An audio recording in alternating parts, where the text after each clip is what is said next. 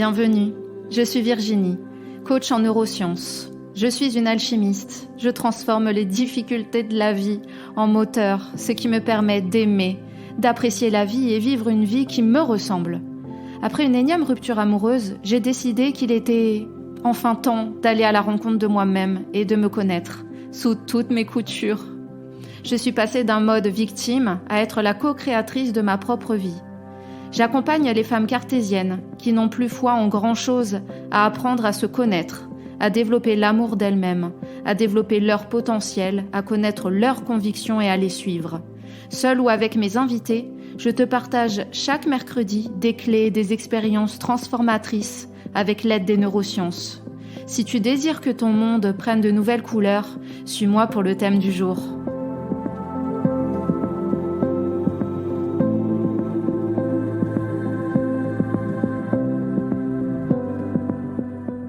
Je suis ravie de te retrouver pour l'épisode 14 du podcast Les Cartésiennes reconnectées.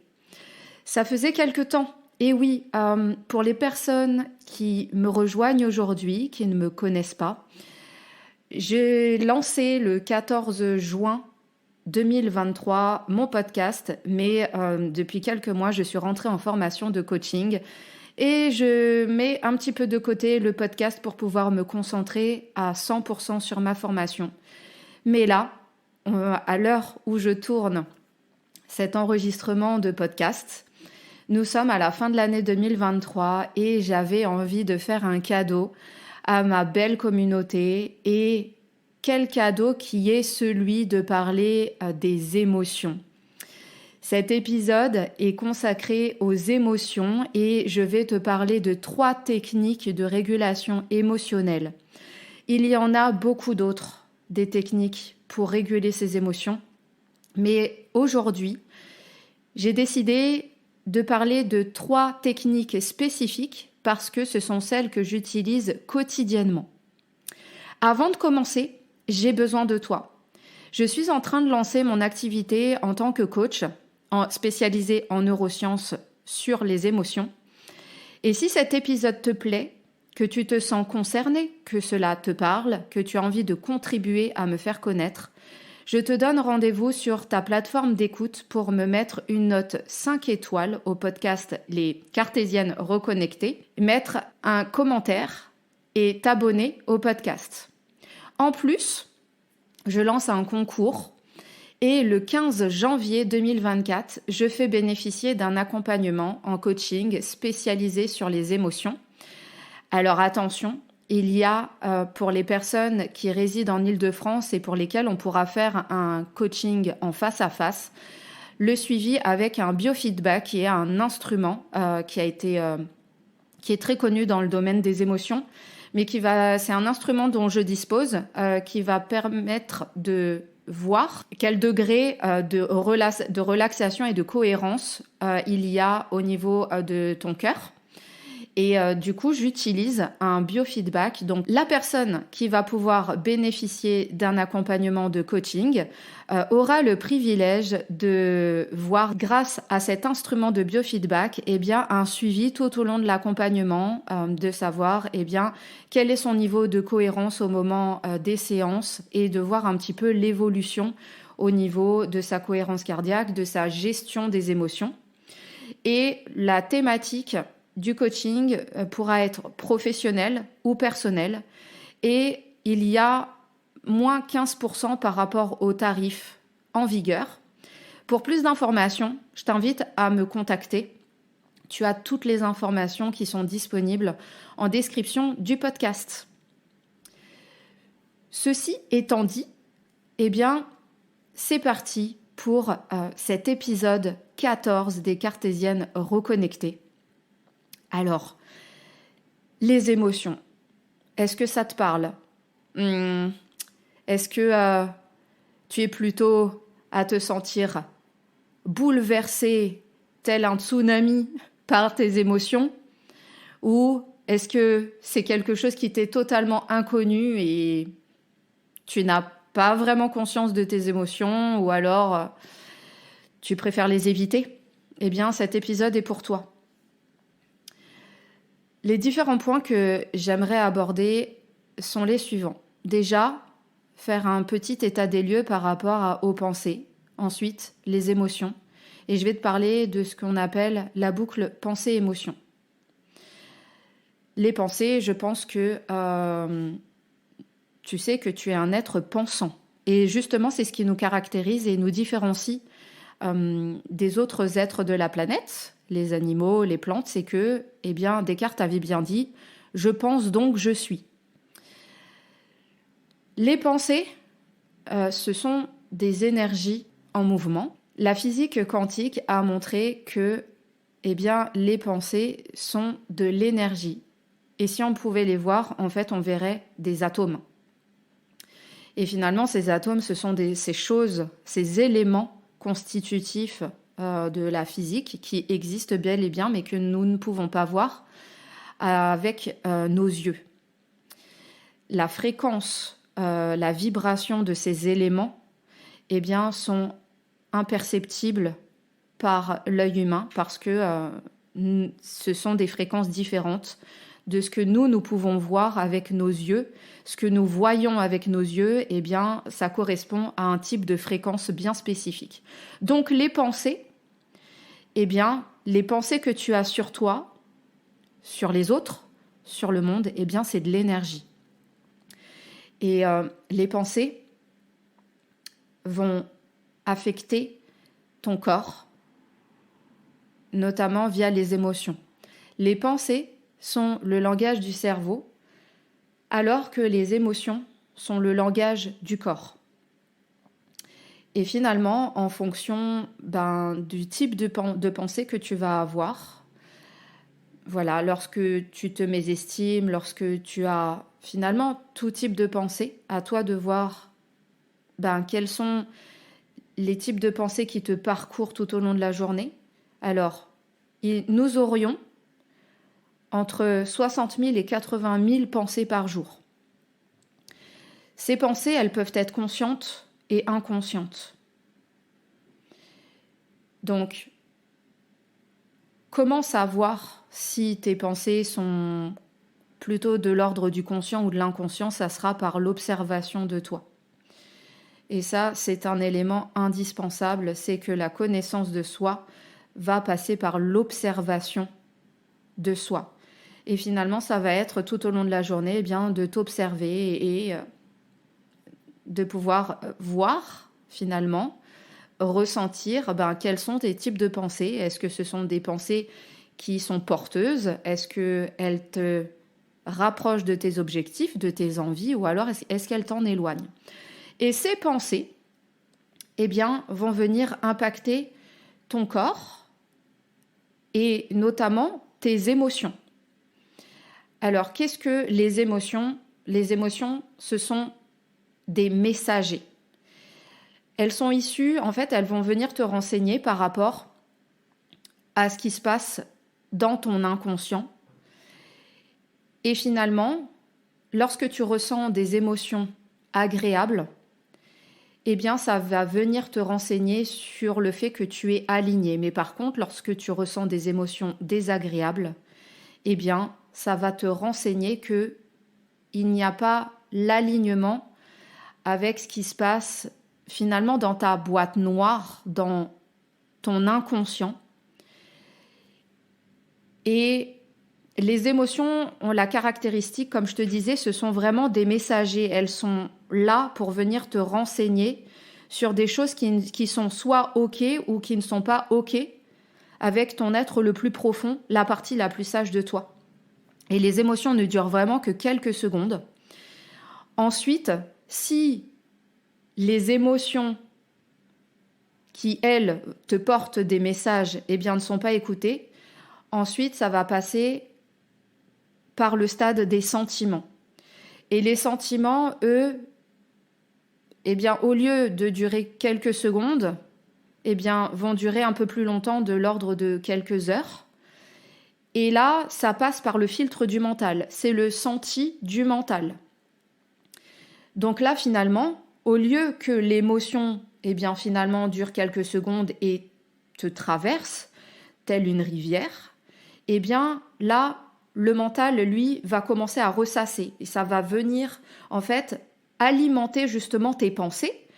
Et si, ça continue de faire son chemin, d'être dans le mental, et que ça passe par la rumination, par exemple, et que tu y penses souvent, après, ça passe par le stade des états d'âme, où là, ça va être vraiment très subtil, mais que tu vas avoir, par exemple, des états d'âme de tristesse, c'est-à-dire que cette émotion de tristesse qui n'a pas été conscientisée, le message n'a pas été compris ou alors a été refoulé et que, après ça passe dans le mental et que tu te racontes finalement une histoire là-dessus, la vie t'amène au fur et à mesure différentes situations qui vont venir alimenter encore cette tristesse, si on parle de la tristesse, et que chez toi, ça va devenir un état d'âme et que tout au long de ta vie, parce que là, on est plutôt sur une durée de quelques mois, même quelques années, plusieurs années, la tristesse, tu vas la ressentir tout au long de ta journée sans pouvoir vraiment l'identifier parce que c'est vraiment subtil. Mais c'est un peu, si tu veux, comme si il y avait une musique de fond triste qui se jouait à l'intérieur de toi. Et puis, si tu ne conscientises pas, si tu n'apprends pas à te connaître, là, ça passe après dans un état d'être. Et là, ça va être vraiment, tu vas te dire que je suis quelqu'un de nostalgique, par exemple, puisque la tristesse qui n'est pas comprise, qui est refoulée, va venir dans une entité que l'on appelle la nostalgie, par exemple. Et du coup, tu vas te dire, moi, je suis quelqu'un de nostalgique. Et donc, tout ce parcours va venir, si tu veux, alimenter ce qu'on appelle une boucle de pensée-émotion. Et c'est-à-dire que les émotions vont venir s'aligner sur la fréquence de tes pensées et que tu vas générer finalement le même type de pensée qui est lié à la même fréquence de tes émotions qui vont être sur la même fréquence que tes pensées, et ça crée une boucle pensée-émotion. Mais c'est pas qu'une boucle en fait, c'est aussi une chimie, c'est-à-dire que tu vas penser à certaines choses, ça va déclencher des émotions sur un certain type de degré, et puis le cœur, lui, parce que ce qui se passe aussi, c'est que le cerveau, lui, n'est pas le maître d'œuvre. Ça va être le cœur qui, lui, va capter les informations du cerveau et c'est lui qui va donner certains ordres. Il va dire, tiens, t'es en train de penser à telle chose, allez, au niveau du cœur, il va y avoir l'ordre de sécréter certains types d'hormones, et notamment, le cœur va commander au cerveau de mettre en place certains types de neurotransmetteurs. Et du coup, il va y avoir une chimie à l'intérieur de toi et l'être humain est addict finalement à ses émotions, à la chimie qui se produit à l'intérieur de soi. Donc, par exemple, un exemple concret. Si je ressens de la colère, je vais d'un seul coup me dire oui, un tel, il m'a pas respecté et du coup, je vais penser à ça. Et du coup, ça va me générer des émotions. Mon cœur, lui, il va dire tiens, Virginie, elle est en train d'avoir tel type de pensée qui correspondent à la colère. Allez, nous allons... Cerveau sécrète les neurotransmetteurs qui sont liés à la colère. Et là, ça va être les neurotransmetteurs de l'adrénaline, du cortisol, parce que la colère va mettre en place beaucoup d'énergie. Donc, l'adrénaline est un carburant très fort. Et l'émotion de colère est une émotion très puissante et génératrice de grande force. Elle nous met aussi en action. C'est une émotion très puissante pour se mettre en action. Et le cortisol, lui, c'est l'hormone de stress. Parce que la colère est une émotion qui, au niveau de la vibration, commence vraiment à être très faible et du coup, on est dans des hormones de type cortisol. Et cette chimie se produit à l'intérieur du corps et du coup, ça va augmenter. Finalement, tu vas continuer de ressentir tes émotions de colère qui vont elles-mêmes alimenter tes pensées de colère. Et là, c'est le cercle vicieux tant que tu ne romps pas en fait ce cercle. Donc, c'est pour ça que cet épisode est vraiment important pour toi pour couper avec le cercle vicieux, pensée, émotion, quand c'est vraiment désagréable pour toi. Et comment on fait ? C'est en prenant conscience, en acceptant et en changeant le type de pensée. Si je suis sur des pensées de colère, ça va être de faire une réorientation de pensée qui vont m'amener à ressentir mes émotions différemment. Mais bien entendu, les émotions ont besoin d'être comprises. Donc, ça va passer par le fait de « Ah tiens, ok, j'ai conscience en ce moment que j'ai tel type de pensée, que je suis en train de ressentir de la colère. Qu'est-ce qu'elle vient me dire, cette colère ?» Donc, comprendre le message et après, tu vas pouvoir changer et réorienter tes pensées. Et ce qui fait qu'en réorientant tes pensées, une fois que le message est compris, tu vas pouvoir avoir à l'intérieur de toi, de ton corps, une chimie différente. Finalement, l'être humain ne change pas parce qu'il est addict à ses émotions. C'est une drogue. Nous avons à l'intérieur de nous une chimie avec laquelle nous sommes vraiment addicts. Je voudrais te donner un exemple concret de ce que je vis en ce moment. Alors, tu sais, mon ego est en train de me dire « Ouais, mais Virginie, regarde là ce que tu t'apprêtes à dire. Tu vas montrer une grande vulnérabilité alors que tu es coach en neurosciences et tu vas montrer en fait ton talon d'Achille qui est que tu n'es pas parfaite. Et justement,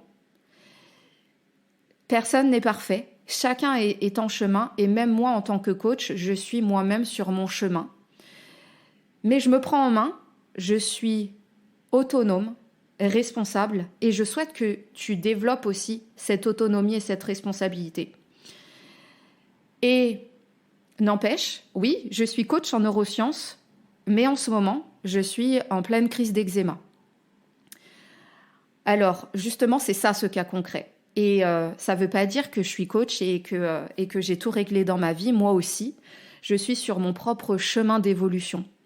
Mais, comme je te disais, je suis en train de découvrir un autre aspect de moi et je sais que derrière cette crise d'eczéma, il y a un énorme cadeau parce que je suis en train de transmuter des choses qui sont inconscientes et pour lesquelles je demande en fait à mon inconscient de m'apporter les informations pour que ça passe dans mon préconscient et qu'ensuite ça passe dans mon conscient.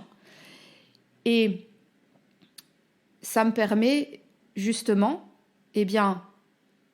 en prenant conscience, de pouvoir changer les choses parce que nous ne pouvons pas changer ce dont nous n'avons pas conscience. Alors, qu'est-ce qui se passe en ce moment pour moi ? Je suis pleinement heureuse. Les décisions que j'ai prises depuis quelques mois, je suis totalement alignée avec ces décisions et je me sens pleinement heureuse dans ma nouvelle vie. Je m'épanouis pleinement dans le coaching. Je suis dans un état de béatitude très, très grand, très, très fort. Et comment je le sais ? Justement, c'est grâce à mes émotions. C'est quand je fais des accompagnements de coaching, je sens que les émotions qui me parcourent sont très agréables. Elles sont vibratoirement très élevées. Je ressens de la joie, de la gratitude, du bonheur. Voilà concrètement ce que je ressens. Et c'est ça qui me permet de savoir que je suis heureuse. Et pourtant, qu'est-ce qui se passe ? Ma peau, elle somatise. Et j'ai beaucoup de démangeaisons. Et alors, beaucoup, non. On va dire que ce sont des petites démangeaisons, mais c'est désagréable.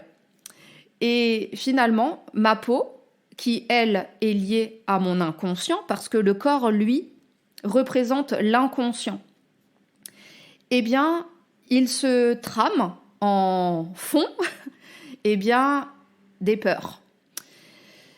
Et notamment, j'ai pris conscience aujourd'hui pleinement que c'était la peur de l'inconnu. Donc, j'ai beau être alignée, c'est-à-dire que j'ai quitté Coca-Cola, je suis pleinement épanouie, je fais ce que j'aime, mon quotidien m'épanouit complètement. Et pour autant, mon corps est en train de me dire, Virginie, là, nous sommes en train de nous expérimenter vers quelque chose de nouveau. Et mon inconscient, lui, clairement, il flippe. Il dit, oh là là, mais on était dans du connu précédemment, mais Virginie, tu nous mets dans l'inconnu, tu nous mets dans l'inconfort. Et il faut savoir que la peur de l'inconnu est une des peurs fondamentales de l'être humain. Parce que, quelque part, l'inconnu, pour l'ego, c'est la mort. Alors, de mon côté, je sais que je n'ai pas peur de la mort, parce que je sais que j'aurai plein d'options, mais cette peur de l'inconnu est véhiculée par la peur de l'échec. Donc tu vois, en fait, je suis vraiment à cœur ouvert dans cet épisode. Je suis là pour montrer des cas concrets, pour montrer ma vulnérabilité aussi, parce que je suis un être humain, et parce que ce que je veux, c'est que cet épisode te serve. Et je suis OK sur le fait de dire que oui, j'ai peur de l'inconnu, j'ai peur de l'échec. Et comment je m'en suis rendu compte ? Eh bien, c'est grâce à une des techniques dont je vais te parler juste après. Et c'est grâce à elle qui m'a permis de mettre un mot sur les peurs. Je savais qu'en fait, globalement, c'était des peurs, mais je ne savais pas lesquelles. Et comme je te disais, nous ne pouvons pas changer ce dont nous n'avons pas conscience. Donc, d'un côté, je suis heureuse. De l'autre côté, ma peau montre un peu le contraire. Donc, comment faire pour faire le lien avec le conscient, le préconscient et l'inconscient ? Le conscient, finalement, c'est dont tu as connaissance. Le préconscient, c'est moi où j'interviens en tant que coach. C'est l'intermédiaire entre le conscient et l'inconscient. Et c'est que moi, par le questionnement, tu vas pouvoir en fait faire émerger certaines choses de l'inconscient, mais qui sont dans cette partie intermédiaire du préconscient et qui sont prêtes aujourd'hui à être conscientes. Et l'inconscient, lui, finalement, c'est des choses dont nous n'avons pas conscience. Ce sont des programmes inconscients qui sont liés... voilà, alors j'ai certaines croyances, notamment, je crois en l'héritage cellulaire, les mémoires cellulaires, la réincarnation. Et l'inconscient, c'est un peu, si tu veux, la boîte noire d'un avion. Donc, comment faire le lien entre, finalement, ce dont j'ai conscience, ce dont j'ai pas conscience, mais qui est prêt à émerger vers la conscience, et ce dont j'ai pas conscience et que je peux pas changer ? Eh bien, ça va être par le fait de dialoguer avec toi, d'entrer en lien avec toi, de te parler quotidiennement, de te rassurer notamment. Voilà, moi, avec l'eczéma, du coup, je me rassure. Je me parle. Et nous allons maintenant aborder les 3 techniques qui vont te permettre, eh bien, finalement, de faire tout ce travail de « Ok, je ressens tel type d'émotion, je sais quelles sont ces émotions, je mets un mot dessus, quel est le message qu'elles viennent me transmettre ? Ok, j'ai un problème avec mes émotions, je ne sais pas les nommer, je n'ai jamais appris à les nommer, eh bien, j'ai envie de commencer à me connaître parce que c'est important de savoir que les émotions vont permettre de te connaître et ça fait partie, la connaissance de soi fait partie d'un des 12 piliers de l'estime de soi. Qu'est-ce que c'est l'estime de soi ? C'est la valeur que tu te portes, toi, envers toi-même, mais aussi sous le regard des autres, et qui est composée de l'amour de soi, de l'image de soi et de la confiance en soi. Je ne vais pas rentrer plus dans le détail là-dessus pour cet épisode. Et finalement, si tu apprends à te connaître, ou si tu as une bonne connaissance de toi, qui va passer par tes émotions, connaître tes émotions, développer une intelligence émotionnelle, eh bien, ça va renforcer, la bonne nouvelle, c'est que ça renforce ton estime de soi, ton amour de soi, ta confiance en soi et ton image de toi-même. Franchement, quel cadeau!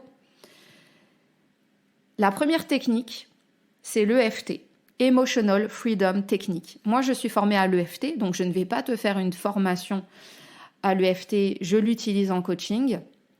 La deuxième technique, c'est la méditation de pleine conscience. La troisième technique, c'est la cohérence cardiaque.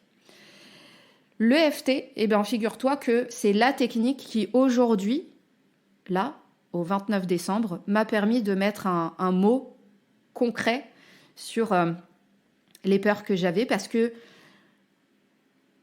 ma peau, elle somatise, j'ai des démangeaisons, pardon, c'est rouge, ça gratte, c'est à différents endroits sur le corps, mais je me disais, mais mon corps, là, il y a quelque chose que moi, j'aimerais bien t'aider en fait, mais je n'y arrive pas parce que toi, tu as un langage et là, pour le coup, je te comprends pas, je sais pas ce que tu veux me transmettre en fait comme message. Je n'ai pas les informations. Donc, si j'ai pas les informations, je peux pas essayer de changer les choses pour que toi, tu te sentes mieux et que finalement, que nous nous libérions ensemble. Et j'ai appliqué l'EFT, que je rappelle, je suis formée à l'EFT. Et du coup, en tapotant à différents points qui sont des points d'énergie, eh bien, à un moment donné, boum, j'ai commencé à avoir des émotions. Donc là, j'ai clairement compris que c'était la peur d'échouer. Et justement, ça m'a apporté une grande libération.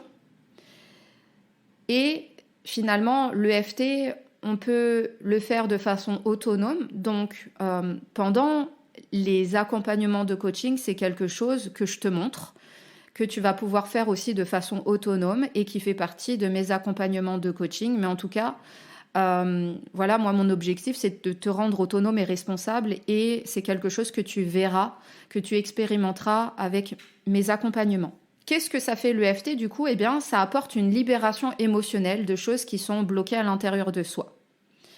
Ensuite, la deuxième technique, c'est la méditation de pleine conscience. Et l'objectif de la méditation, j'ai également une formation en méditation de pleine conscience et la méditation va te permettre de t'observer et il est important lors de la méditation d'être sans filtre, c'est-à-dire de laisser les choses venir, d'être sans jugement. Donc, en fonction de ce que tu observes, c'est vraiment d'être sans jugement à travers ce que tu observes.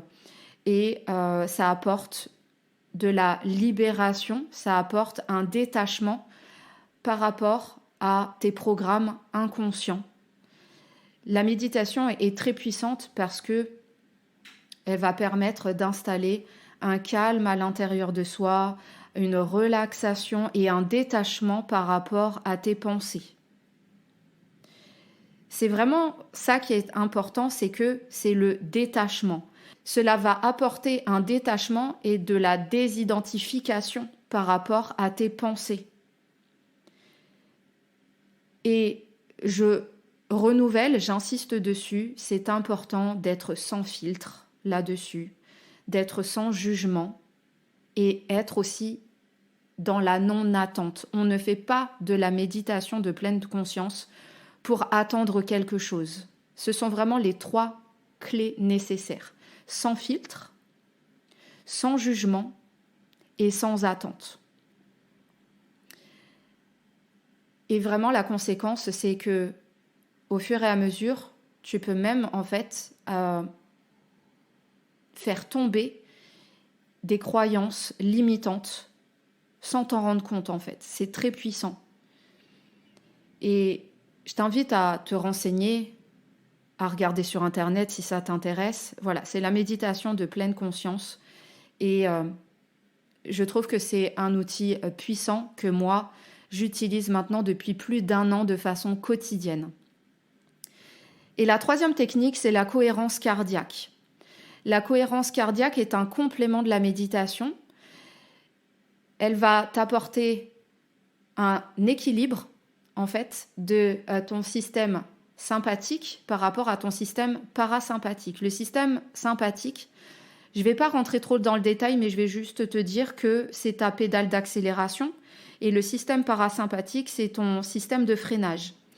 Le sympathique, c'est ce qui va te mettre en mouvement très vite, c'est les hormones de cortisol par exemple, et le parasympathique, c'est je freine, c'est la détente, la relaxation, et le système parasympathique va permettre de diminuer l'hormone de cortisol, l'hormone de stress. Et en te focalisant sur ta respiration, inspirer, expirer, te focaliser sur le cœur, entretenir des émotions agréables, te rappeler de moments où tu t'es senti aimé, eh bien tu vas pouvoir faire diminuer le cortisol et le système parasympathique va pouvoir agir en équilibrant toutes tes cellules, en réparant ton corps. Ce que je préconise, c'est la technique du 3-6-5, 365. 3 fois par jour, j'inspire 6 secondes, j'expire 6 secondes et je fais ça pendant 5 minutes. Ça va déjà te permettre de commencer à réguler ton système parasympathique et d'amener plus de détente à l'intérieur de toi. Donc, c'est vraiment 3 techniques que j'utilise. Là, le l'EFT, je m'y remets. Je l'ai beaucoup fait pendant un moment. Là, je m'y remets et je le fais pendant les séances, les accompagnements de coaching. Mais la méditation et la cohérence cardiaque, c'est quotidien. Alors, préconisation importante, c'est une hygiène de vie. Je te le dis tout de suite, si tu le fais une fois par-ci, par-là, ça ne fonctionnera pas. Évoluer, changer, cela demande de l'engagement envers toi-même. Donc, je te le dis tout de suite, si tu le fais une fois et qu'après, tu le refais la semaine prochaine, ça ne servira à rien du tout. Ça fait partie d'une hygiène de vie, comme quand tu te douches, tu te brosses les dents. Eh bien, la méditation et la cohérence cardiaque, c'est quotidien. Et je sais que ça m'apporte de grands bénéfices pour gérer ma crise d'eczéma actuelle. Et l'EFT, lui, va venir en complément pour me libérer émotionnellement.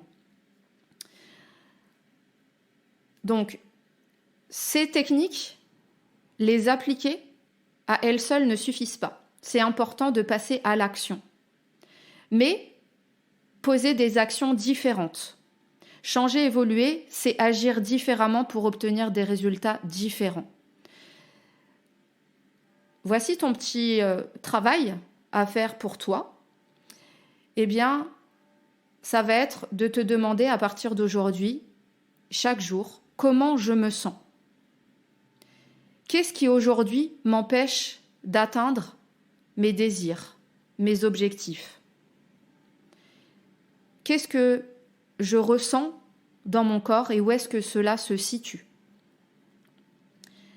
Et puis, comme je te le disais, eh bien, ces techniques sont à faire de façon quotidienne, en tout cas la méditation et la cohérence cardiaque. Le BFT aussi, bien sûr, mais l'objectif, c'est que si tu es sur ce chemin d'apprentissage, de connaissance de toi, ça va être de commencer doucement. Donc, dans les moments difficiles, laquelle de ces 3 techniques souhaiterais-tu appliquer et souhaiterais-tu mettre en place comme hygiène de vie pour toi? Nous sommes à l'issue de cet épisode 14 des Cartésiennes reconnectées. J'espère que parler des émotions, ça te plaît, parce que c'est vraiment ma spécialisation aujourd'hui. Et pourquoi cette spécialisation sur les émotions? C'est parce que moi, je les expérimente chaque jour. Je sais que c'est très puissant pour se libérer, pour changer. Et finalement, je m'appuie sur les émotions pour rompre avec la boucle infernale. Et en agissant sur les émotions, ça va permettre de penser différemment. Voilà pourquoi je me spécialise là-dessus. Et j'en parlerai un petit peu plus sur ma spécialisation professionnelle.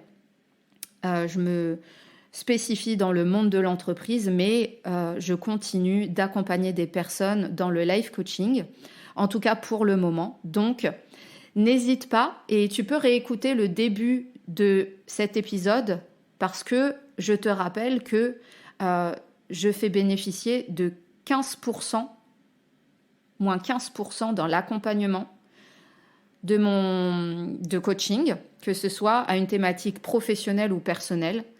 Donc, tu as jusqu'au 15 janvier pour pouvoir bénéficier d'une réduction et pouvoir te transformer parce que vraiment la clé, c'est que toi, tu vives des transformations et que tu sois plus heureuse aujourd'hui, que tu puisses vivre tes rêves et prendre conscience que tu es un être doué d'un pouvoir illimité de bonheur.